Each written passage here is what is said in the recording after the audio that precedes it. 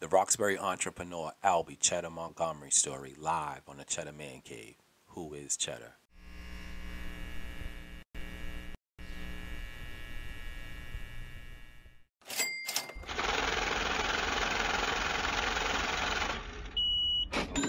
First one started around 3:15 this morning inside this 3.5-story building in Roxbury on Dale Street. We had 12 adults and 7 children in this place. Did a good job knocking it down very fast, but we had chasing a lot of hot spots throughout the building. Nearly a dozen fire trucks were on scene, and both Walnut Street and Dale Street are still closed. This is video from a witness when the call came in around 3:19 this morning. Boston Fire says the building is wood framed, and when they arrived, there was heavy flames coming from the 3rd floor. Right now, they think the fire started in the attic. This is a 6-family home, but the good news is everyone living here made it out okay. 12 adults and 7 children. Flames from the roof of a 3.5-story home. One large family of 19 people inside several apartments, fortunately all able to get out of 55 Dale Street in Roxbury, including pets, before 3:30 in the morning. Man cave for Cheddar. Got original hip-hop paparazzi. This is a story that will inspire you, make you laugh, make you cry, but afterwards, you'll have a newfound respect for the Roxbury business mogul, Albie Cheddar Montgomery. Before the Cheddar Man Cave home caught fire on May 11, 2018, and 19 family members of Albie's were displaced, and several of Albie's businesses and offices and studio equipment were destroyed.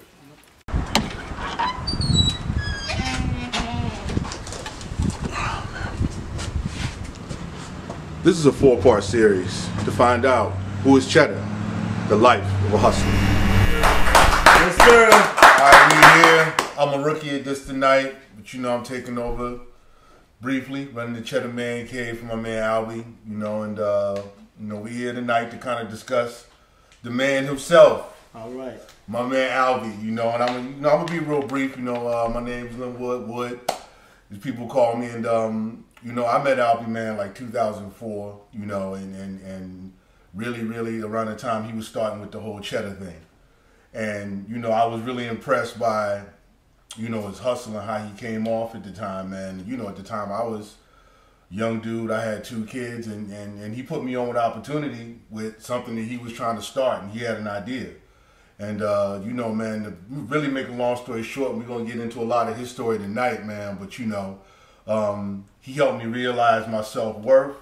He helped me realize my potential and how to really, motivate myself, man. So, give it up for my man Albie real quick. My children. We'll talk about him tonight. Yeah, I'm from Boston, born and raised, if anybody knows. I always say I'm Boston City Hospital. People that don't know, unless you're OG, y'all might know what Boston City Hospital is. Born and raised, right. Orchard Park Projects. From Orchard Park Projects to Academy Homes, which is, people that know, they know. I just named 2 significant places there. I definitely know. Right there, I already knows my pedigree. Yes, my pedigree, I don't boast and brag of being from one of them places, because another OG always, like I said before, Rakim even said it ain't where you from, it's where you at. All right.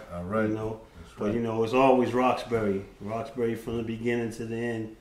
And I came up in a couple of different eras, from the 70s era to the early 80s through the 90s. Right. It's a good era too, yes, man. Indeed. A lot of good lessons in that era. Oh, yeah. A lot of history. How about you, my man? Well, born and raised in Boston. Lived in Roxbury for a hot minute. Then mom pops bounced. Next thing you know, moved over to where was that? Fort Hill. That's still the Berry, right? That's the Berry. That's still the Berry. That's historic Berry. Yes, sir. And then from there moved to Tremlett Street. That's considered Dorchester. And then from there JP. Pretty much grew up everywhere, because I had all different friends and families everywhere. So I definitely went to all different hoods to definitely hang out and have fun and be laid back and everything. Yeah. Tell me about your earliest memories, man, of meeting Albie, man. Like taking it back to day one.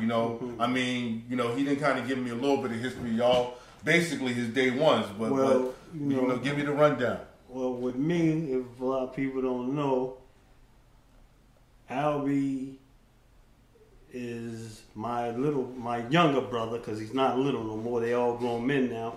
But my younger brother and Albie are best friends. Okay. And so that's how I met Albie, because him and my younger brother are best friends. Mm-hmm. And we lived around the corner from, you know, where his mother lived at, where he grew up at. I lived around the corner. Mm-hmm. And him and my younger brother, they ended up going to school, not the same school, but the same school system, right, which was the Mecco school system. Okay. So they was Mecco kids. They was Mecco kids. Wow, Mecco. People out there know about Mecco kids. They know what I'm talking about. Talk about Mecco. So they, see, I'm bringing it in. A lot of people paved the way to have a Mecco program, you know. Okay. And he's a product of that. You know, look what we seeing around us. This didn't just happen by accident, you know, along with the good grooming from the household. But anyway, so him and my younger brother were best friends. Right, right. So I'm 7 years older than them. Right. So I was already doing things. Yeah, right. All right. You know what I'm saying? I was already doing things. Any type of things you care to share? Yeah. You know what I'm saying? Well, when they was in school, I was already doing things. And just doing things twice. Unbeknownst to me, my younger brother would sneak my sneakers out and wear them to school. So he was the fly kid at the bus stop. Okay. So he had every kind of Jordan there was. Okay. Right. And you know. And so Albie would see him like with all the Jordans, but you know, because they was best friends, he never said to Albie that they were his. He always said, "These my big brother. These my big brothers." Right. So now Albie wants to know about Big Brother, you know, and then that's how it came around. And he comes over the house with my brother, and I meet him, and like you said, this. You know, I say, well, you can just something about a person. Right. Like, you know, that's a cool little dude when I first meet him. Like, that's a cool little dude. You know what I mean? And then he was like, you remember the first thing he said to you, or some of the first things he said to you that stood out to you? Because, you know, I mean, being young back then, man, when we was coming up, like the older dude that had the sneakers and the whip and all that, that was the dude.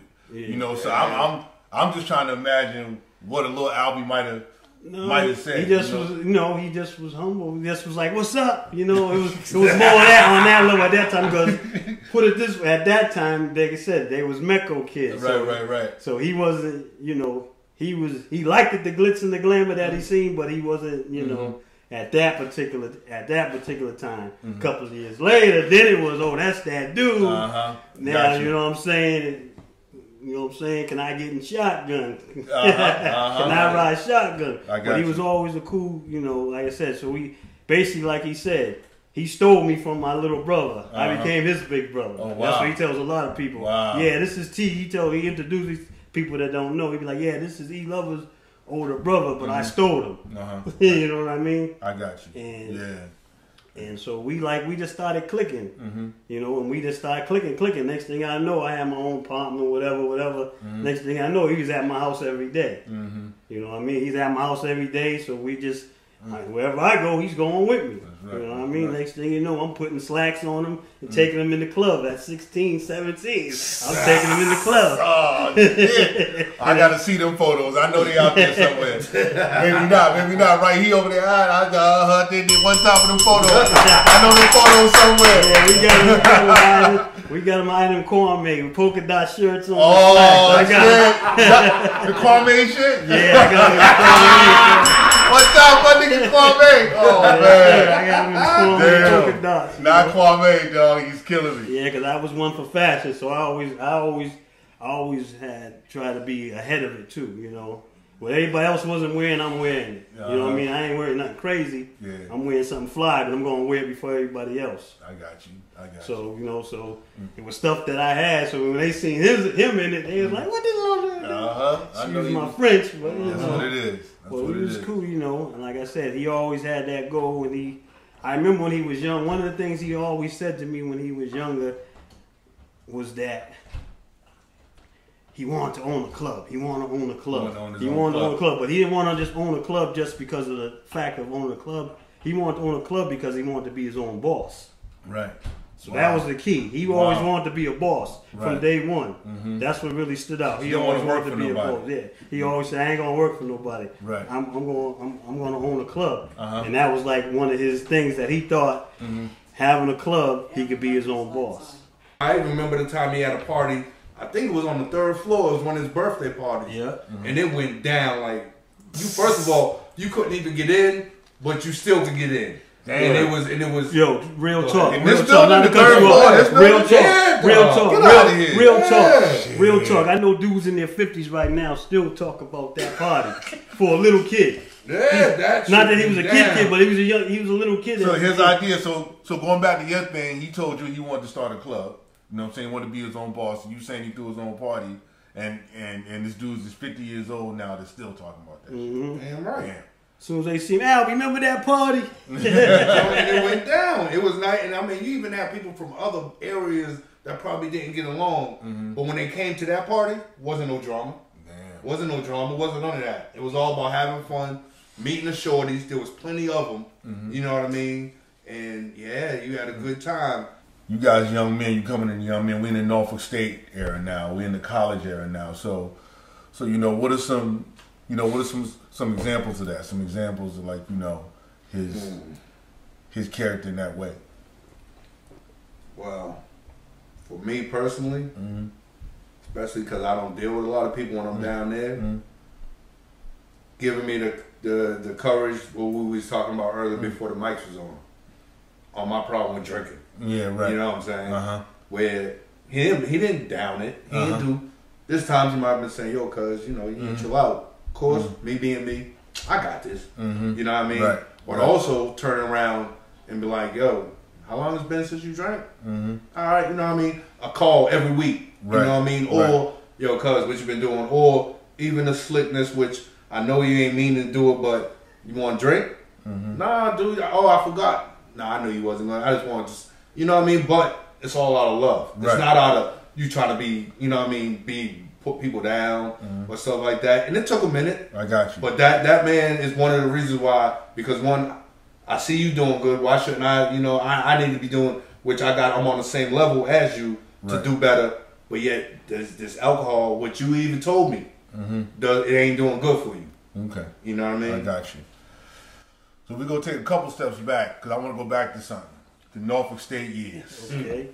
The Norfolk State years. Tony, we tell me a little bit about that time period for you and what life was like for you, Albie, and, you know, let's really get into it. You know what I'm saying? Like, you know. Well, more or less, it was his life. He was because I wasn't in college. He was in college. And, you know what I mean? Like I said,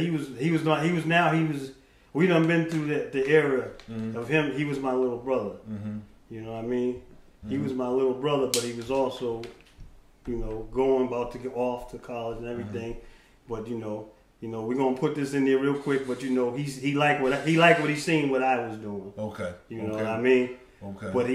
But at the same time, he had his aspirations to do what he wanted to do, even though he liked what I seen.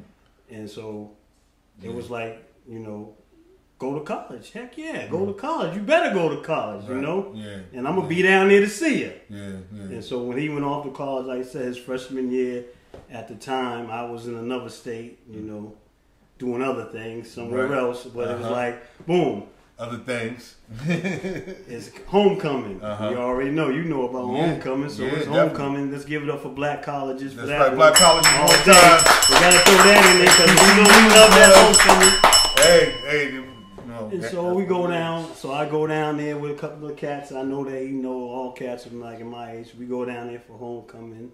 You know, and he's doing what he needs to do. Like I said. But, you know, at the same time, Albie, like I said, he's a humble guy. He gives you the shirt off his back. And like you said, he's always wanted to be a leader. Right. But he's not, at the same time, as he was leading, he never was one that just, you can't tell me nothing because I'm leading. You know what I mean? Right. What happened at that homecoming? Yeah. Oh man, so you want to tell some stories now? So we can tell stories. Which homecoming? The very first homecoming is freshman year. The very first homecoming, we want to tell the story. Yeah. So this would really surprise me because I'm the OG, and he's the young cat. He's the young cat, and I'm the OG. So we go out, we go to the club or whatever. We're at the spot, and you know, like I said, he's freshman. You know, and I'm like I said, I'm older, so we go to the club, whatever. like I said, I'm big bro, so he gives me the nudge like, yo, I got two. He tells me I got two that I know already. And he done already packing back. Yeah, and he done already watched me in action over the years, you know, from my little apartments and condos that I had. And I used to let him come over and try to impress his little girlfriends, taught him how to fry chicken and all that. For his little girl back in the day. So that was one time with the fried chicken with the pussy dog. Fried chicken with the pussy dog. I gotta get that to you, nigga. Hold up. I had a nice little condo down on Park Drive, and I let him use it so he can impress the girl. Oh shit! Showed him how to fry up the chicken and everything. He did his thing. So you was that dude? Yeah, I was that dude. Yeah, to an extent. So now back to the story. We're in VA, freshman year. We're down at the college. We were at the club. He said, "I got two that's ready. All you gotta do is tell me that. Let's go." So we take the two things and we leave with the two girls and we go. Of course, it's homecoming. There ain't a hotel room in sight. Right. Every room is booked. Right. Every place is booked. You know, we can't find no way, but we got a room. But my man is having a migraines, and so he stayed back at the hotel. So we got back to the hotel with the two girls. My man's laying down. He got a migraine. I didn't want to put him out. I didn't want to do it to him. Yeah, right. So we left and said, "Come on, we're gonna find somewhere." So we goes to another hotel. The lady says, we got a room, but it ain't ready yet. Oh shit! Now, excuse me, I hope everybody ain't watching. So the ladies, they tell us they got rooms, but they ain't ready yet. So shoot, man, listen. I said, give me fresh towels and sheets. Hey, give me fresh towels and sheets. I'm gonna show you how we do this. Yeah, you know what I mean? That's all I clean my own room. So we got the fresh towels and sheets. You know what I'm saying? So we went off in the room. We cleaned the room. We made up the beds and did, you know. We did the thing. Next thing you know, we in there with the two girls. Next thing I know, the young buck is trying to show me out. Young buck is trying to show me out. I'm like, goddamn. If they had Viagra back then, I would have needed one. Young boy was trying to show me out. One time Viagra. Oh man, that's good shit. That's good shit, so man. That's when I realized it. So I'm like, so from that point on, I'm like, oh, okay, I got a wolf with me too. I got my young wolf with me. We can go get anything. Damn, a legend. That's good shit, man. That's good That's shit. real good shit. And what you got, man? I know you got some Norfolk State tales. At least one for us, right? Yeah, we got some tales. You know, we do a lot of things. I can just say one of the things definitely, you know,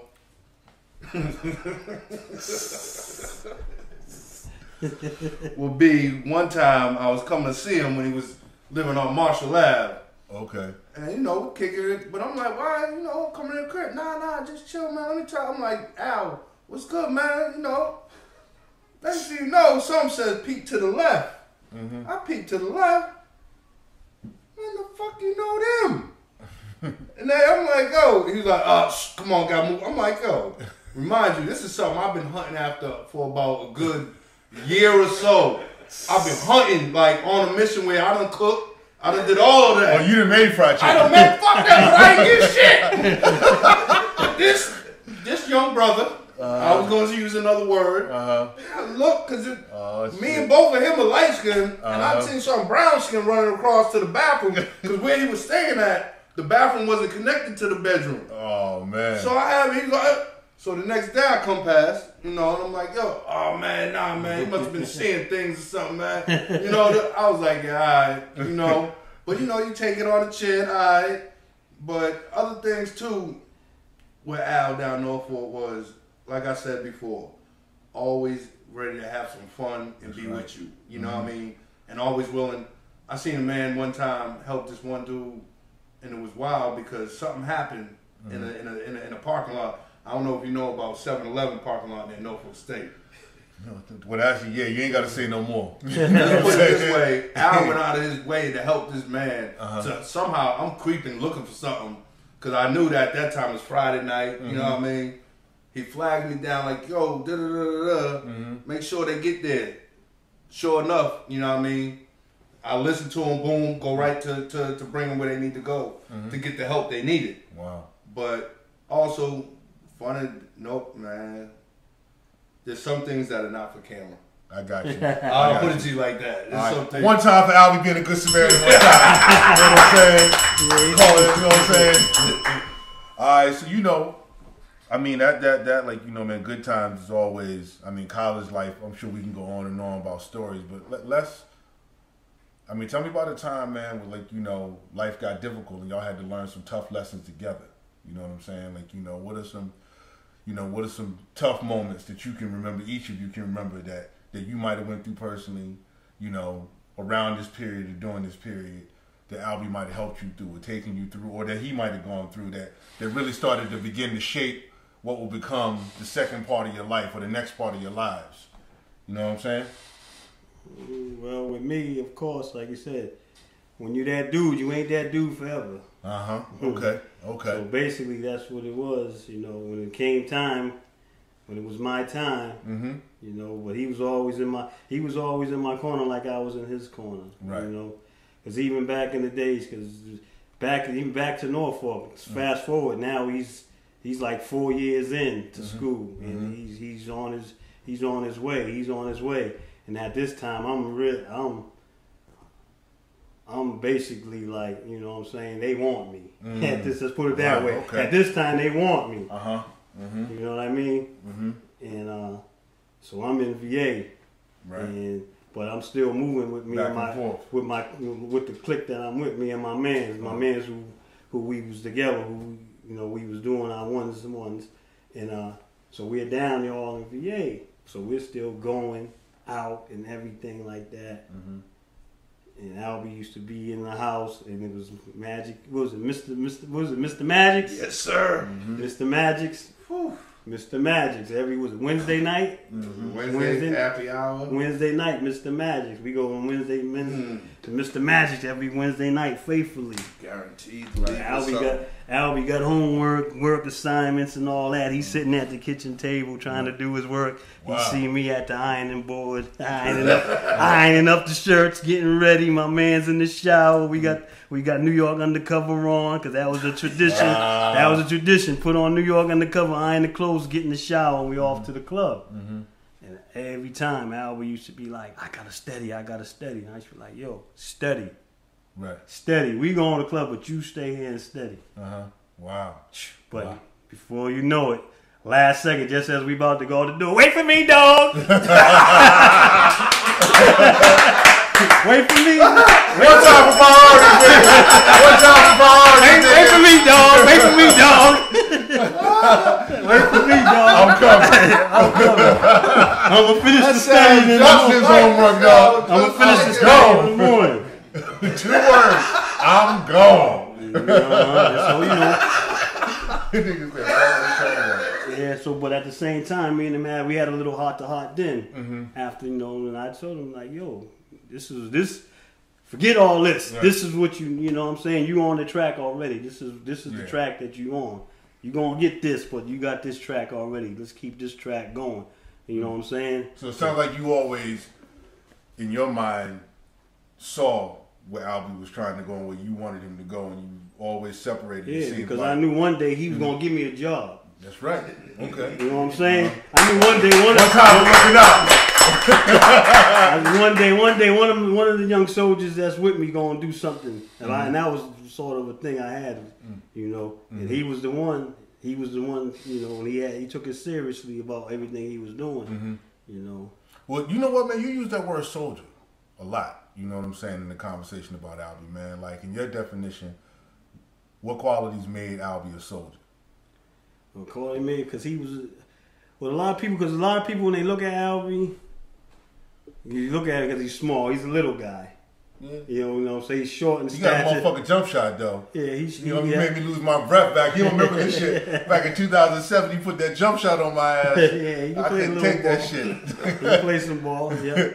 He's short in stature. He's short, you know. He's short in stature, but he's big and hot. Very big and hot. He has a very big heart. For this guy his size, he has a very big heart. You know, and I seen that on a couple of occasions. You know, in situations we was in. You know what I mean? Right. You know, I seen it on you know, even on some occasions with some guys that, you know, but they was guys his age, not my age. Right. And as soon as I told him about him, he was like correcting them. You know what I mean? I was like, okay. Yeah. You know what I mean? And like I said, but he's not a street. Albie's the perfect example of he's not a street dude, but he knows them streets. Right. You know what I mean? Right. That's the perfect example. That's the best example I could give about him. He's not a street dude, but he knows them streets. So don't get it twisted. All right, what's up? Yes, sir. So, tell me about the Urban Media Awards. You know what I'm saying? Was that 2013 or so? Yeah. Yeah, great thing. A great thing. Great.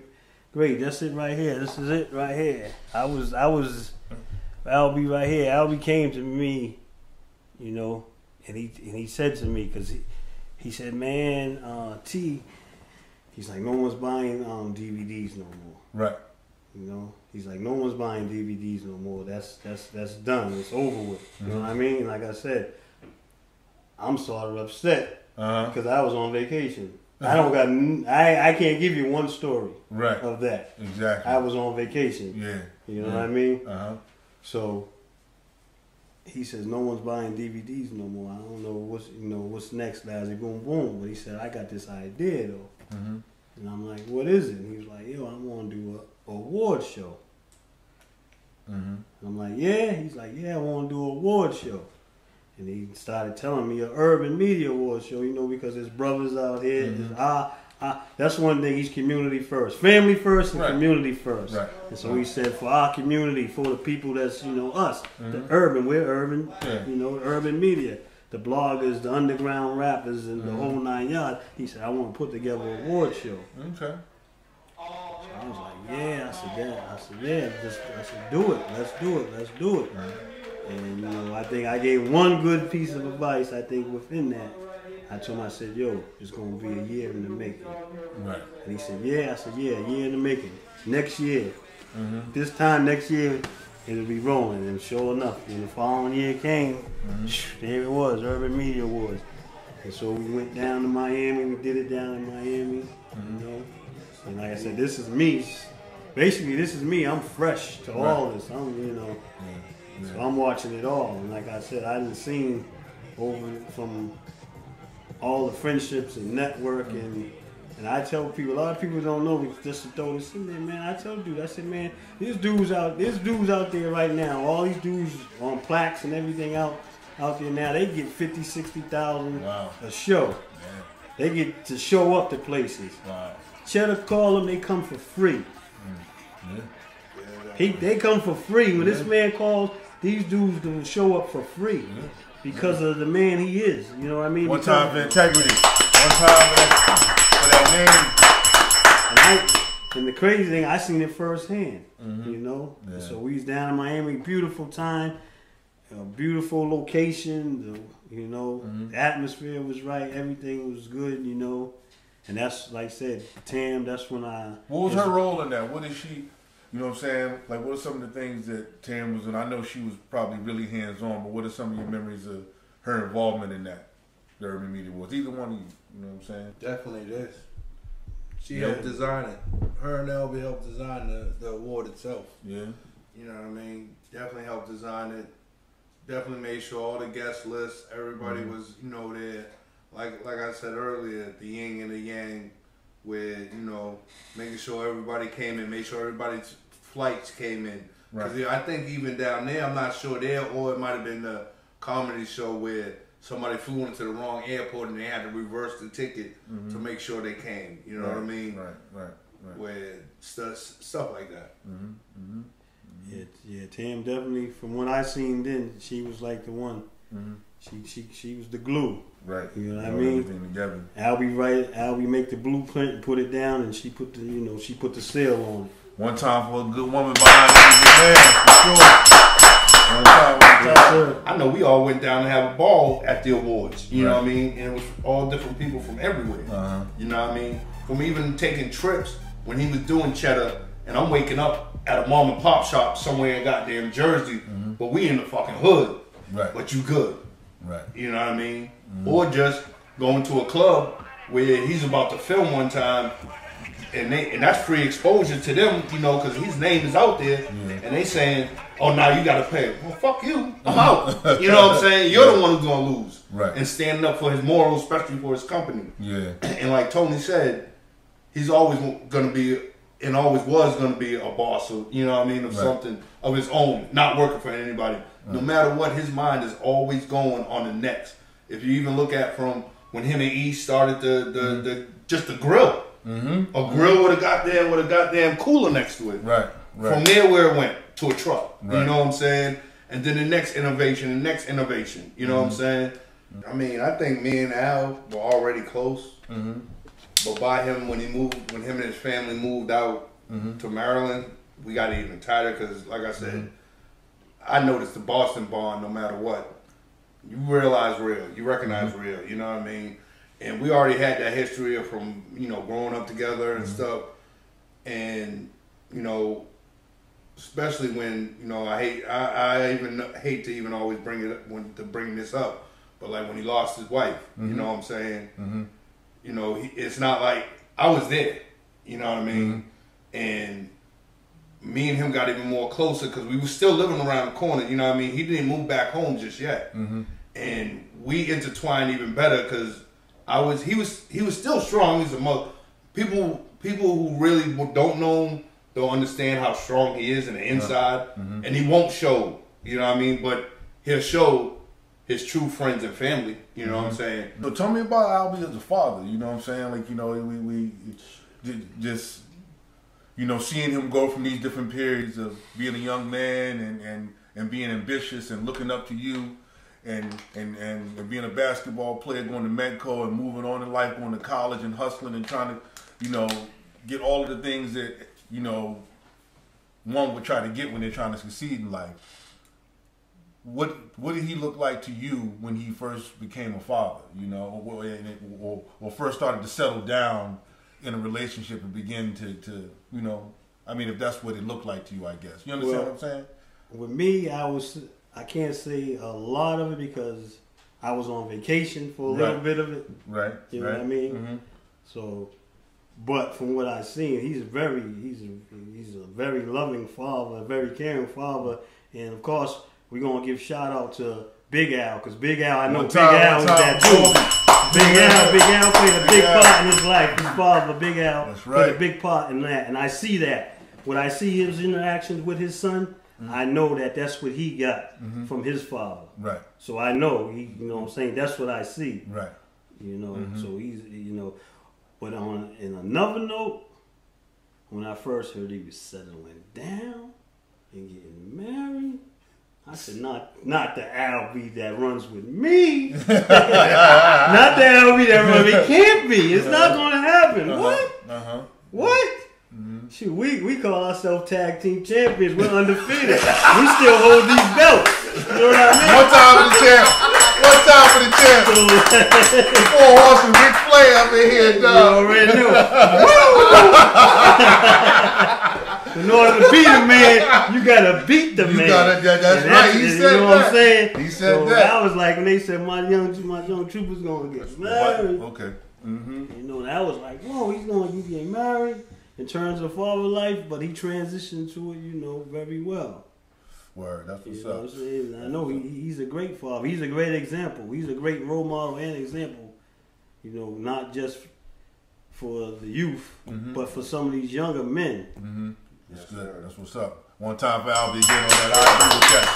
I agree with that. How about you, Aaron? What was it like for you seeing Albie go through that experience, first time fatherhood and settling down in a relationship from the Norfolk State days?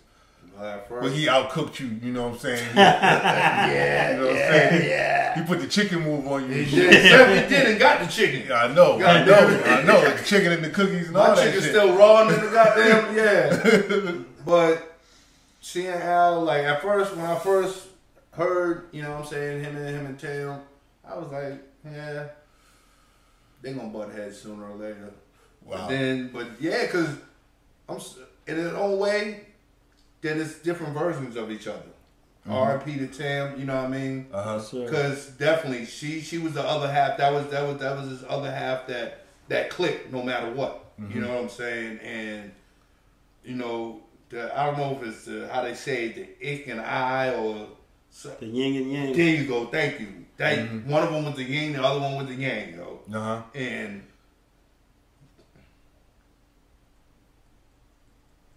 yeah, I got you,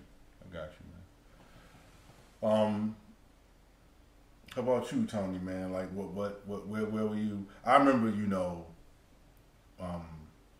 meeting Tam a few times, you know, and like you said, Aaron, man, she was definitely in, mostly through the cheddar business. And I remember one time, man, I had to finish this edit for Albie, man, and I remember Tam was like, "Yo, when's this gonna be done? When's this shit gonna be done?" Like, and I'm sitting here and like, she said it just like that. Yo, dog, like I was there, and I'm sitting here like, "Yo, like you my nigga," but goddamn, like she persistent as a motherfucker, like. But you know what? I got that shit done. You know, one time for experience. One time, but I really like Tam too because, like, you know, we had that connection up here. You don't really meet many people that's from down where you from or whatever in Norfolk and everything, man. She always had a real good infectious spirit, you know, and yeah, man, just good people. But like you said, you know, opposite, almost yin and yang to Albie, man. Like, you know, it's, you know, just an amazing person. Where were you, Tony? You know, when you heard that Tam had passed, or you heard the news about what had happened with Tam in the accident? I think, if I'm not mistaken, I think I was at the gym. Mm-hmm. I was playing a old timers basketball league. Mm-hmm. I think I was at the gym. I don't know if I think we might have was on the phone talking. We were supposed to hook up. I think when it happened, I think me and him just got off the phone. Mm-hmm. We was talking about something, or we was supposed to meet. I know we had something about me and him was interacting. Okay, it was the night before because I remember I went to the gym and I told a couple of guys at the gym that knew what happened because the first report that we got, they said she died in the car accident. That's the first report that came back. You know, so I remember. So it was the night before. I think we was on the phone. I think we might have was on the phone when they called. I think me and him was talking. So I was in the house, and I think we was talking, and then he ended up having to hang up on me or something or whatever. And then I talked to my brother E. Lover about it. You know, and it was just like surreal. Right. It was like surreal, but and the thing is, like, I didn't get a long relationship with Tam because of, you know, of my situation.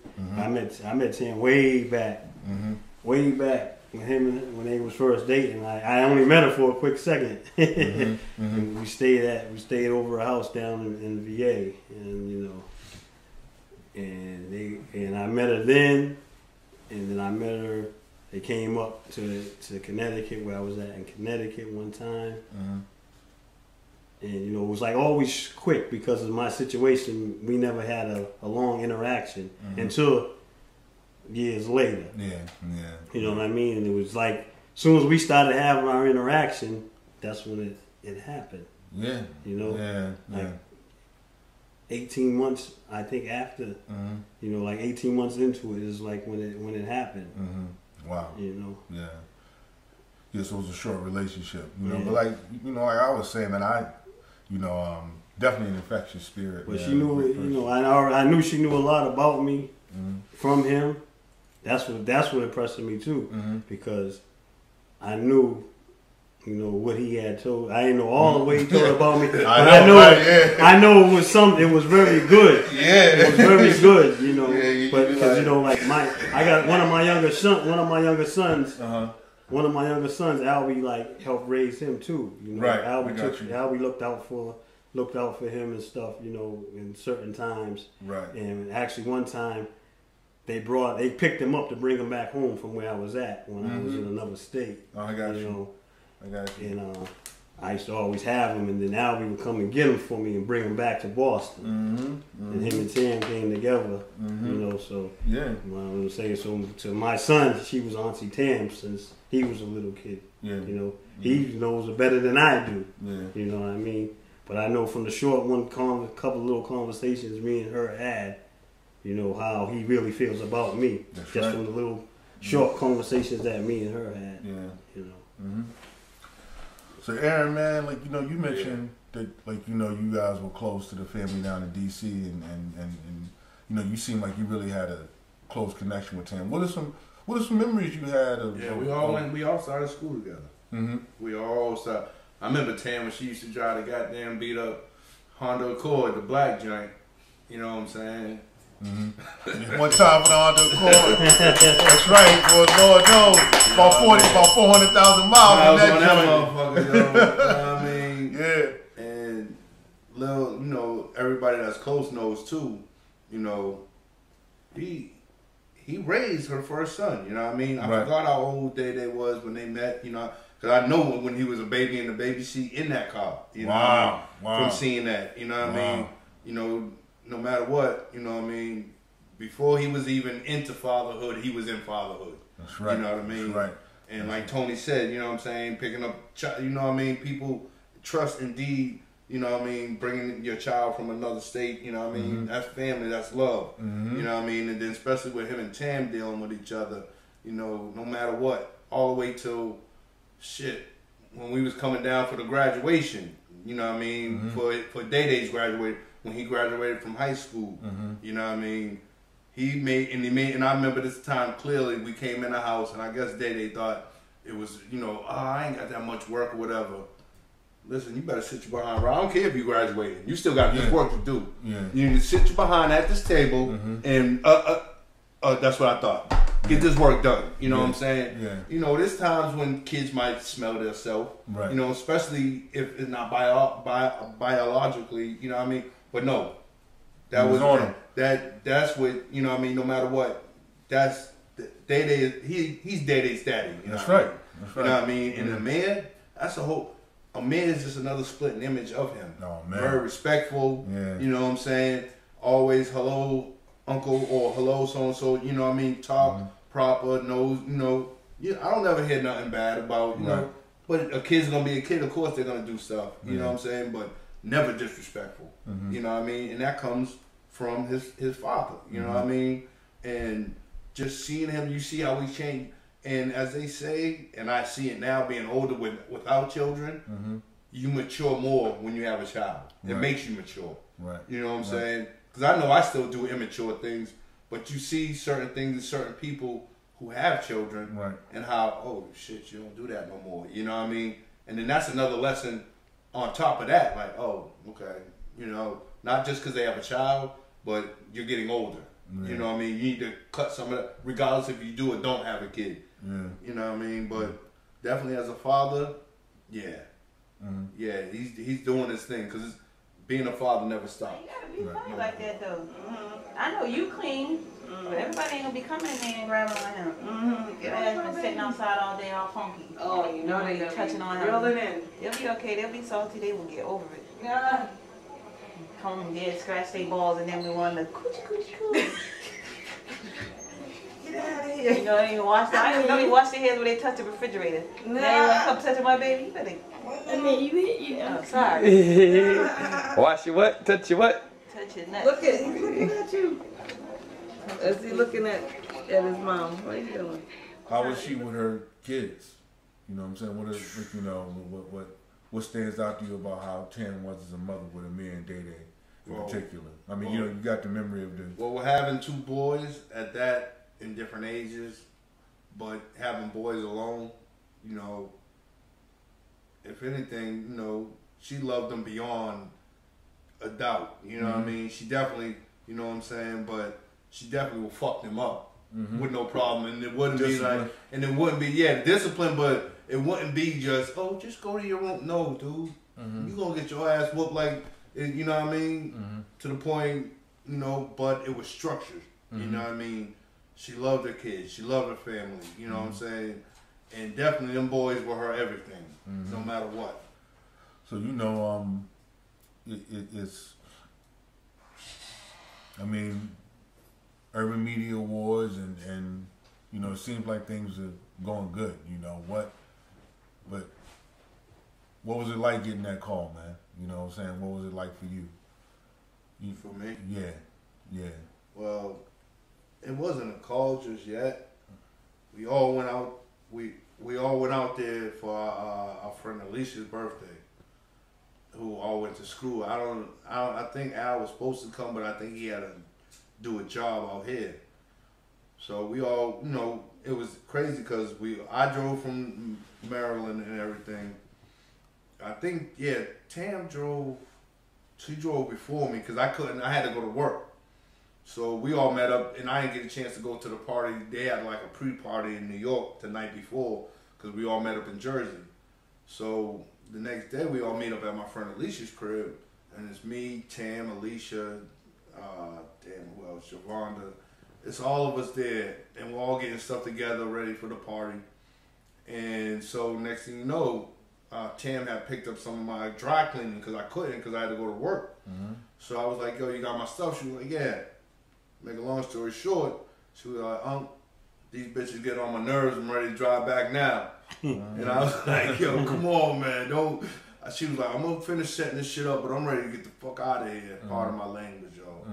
But I was like, all right. So next thing you know, they was like, since you're staying closer, because where we was at, they was staying at my friend Alicia's crib was a good 45 minutes to an hour drive. So where I was staying at was about 10, 15 minutes. So it was like, yo, you mind if we go to your room and get changed, and then we'll go there? I was like, I don't care because I'm going to go to the mall and do whatever.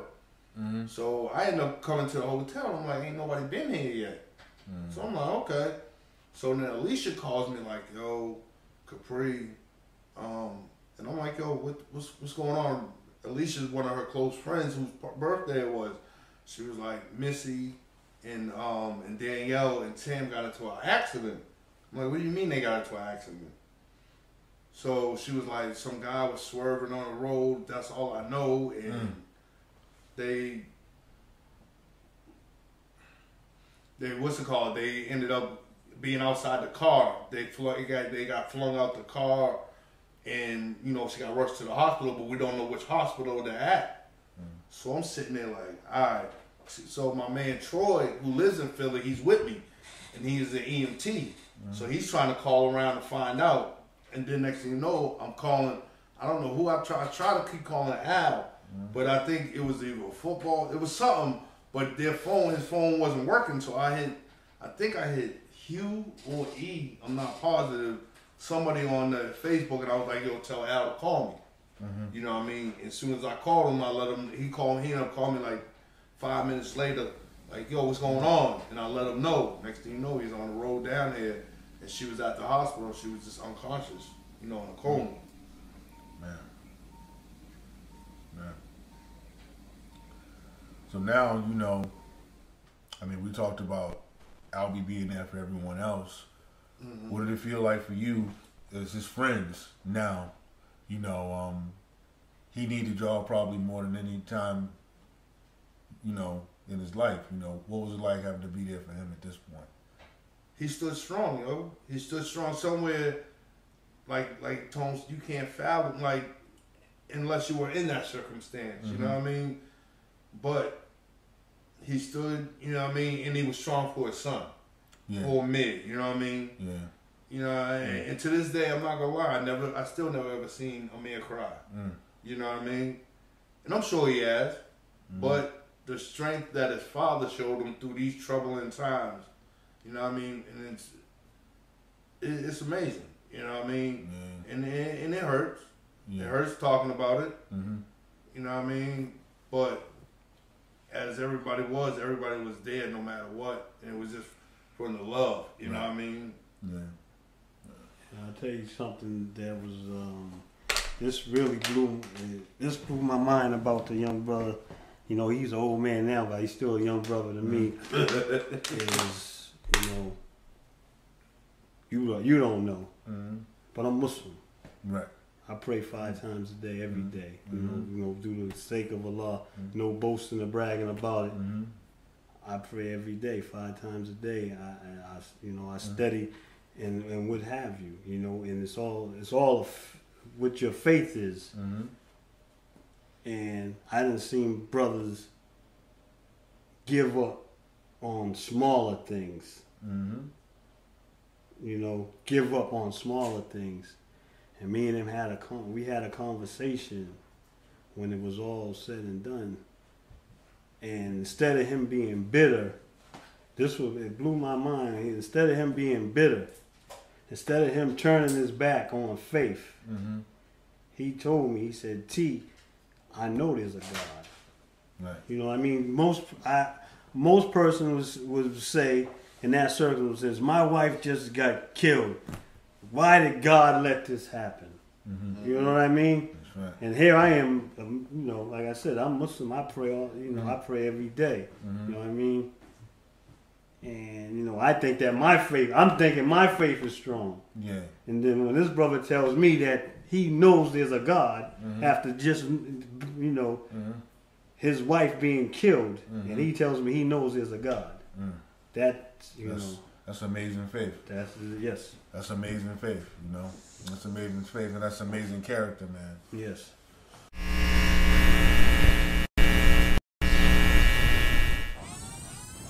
Man cave for cheddar. That original hip hop paparazzi.